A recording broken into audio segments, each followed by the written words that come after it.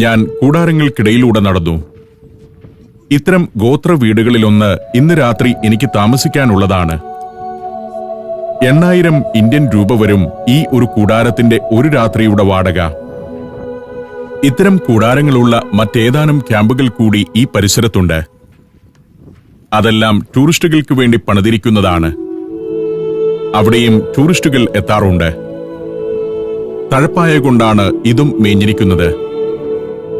നേരത്തെ സന്ദർശിച്ച കുത്തബുയ ഗ്രാമത്തിൽ കണ്ട വീടുകളുടെ ഒരു പതിപ്പ്. കൂടാരങ്ങളിൽ വലിയ സൗകര്യങ്ങളൊന്നുമില്ല. വൃത്താകാരത്തിൽ കല്ലടുക്കി നിർമ്മിച്ച ചില കുടിലുകളുമുണ്ട്. ഒരുതരം കാട്ടുപനയുടെ ഓല കൊണ്ടാണ് അതിന്റെ മേൽക്കൂര മേഞ്ഞിരിക്കുന്നത്. താമസത്തിന് ഏതു വേണമെന്ന് എനിക്ക് തീരുമാനിക്കാം. ഞാൻ അത്തരമൊരു കുടിലിലേക്ക് കയറി ചെന്നു. ഒരു കയറ്റുകട്ടിലും ക്യാൻവാസ് കട്ടിലും, ചുള്ളിക്കമ്പുകൾ കൊണ്ട് കെട്ടിയുണ്ടാക്കിയ മേൽക്കൂര. പക്ഷേ കുടിലിന് വാതിലില്ല. അതിൽ നിന്ന് പുറത്തിറങ്ങി. എനിക്ക് കൂടുതൽ ഇഷ്ടപ്പെട്ടത് ഇത്തരം കുട്ടക്കുടിലാണ്. പരമ്പരാഗതമായ അഫാർ ഗോത്ര കൂടാരം.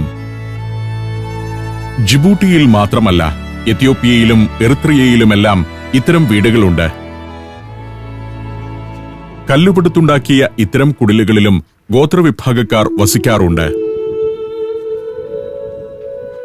എത്ര കൂടാരങ്ങൾ വേണമെന്നത് സംബന്ധിച്ചാണ് ചർച്ച.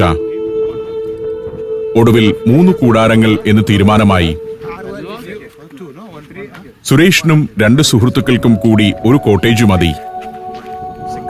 ഇദ്രിസിനും മമാക്കിക്കും കൂടി മറ്റൊരു കൂടാരം. എനിക്ക് വേണ്ടി ഒന്നും. ഈ പയ്യനാണ് ഇവിടുത്തെ ഹൗസ് കീപ്പിംഗ് ചുമതല.